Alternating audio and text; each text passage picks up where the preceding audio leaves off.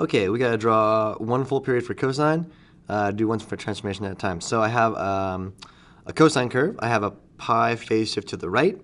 I have an amplitude of 2, and we have a vertical translation of 3. So first I'm going to draw a simple cosine curve. So my first one is going to be y equals cosine of x. It's going to be in green.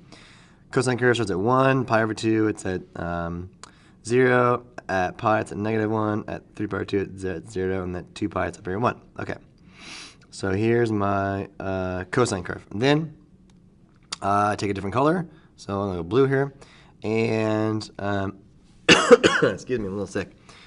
We'll do the cosine of x minus pi, so that's a phase shift. So that's going to be pi units to the right.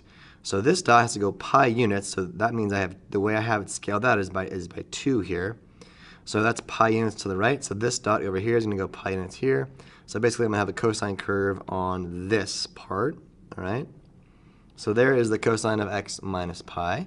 Okay, next, after phase shift, we'll go black here. We're going to do, excuse me, 2 times the cosine of x minus pi. So that is going to be my amplitude, so I'm going to increase my amplitude to 2. So right now my amplitude is at 1 because the distance from the midline to the highest point is 1 unit, or the lowest point is 1 unit. So I need to increase that to 2. So I'm going to increase this point to here. This one stays, this one goes down to 2, this one stays, this one comes up to 2.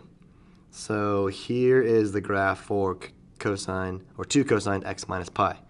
Finally, we're going to do a vertical translation, and we'll go red here.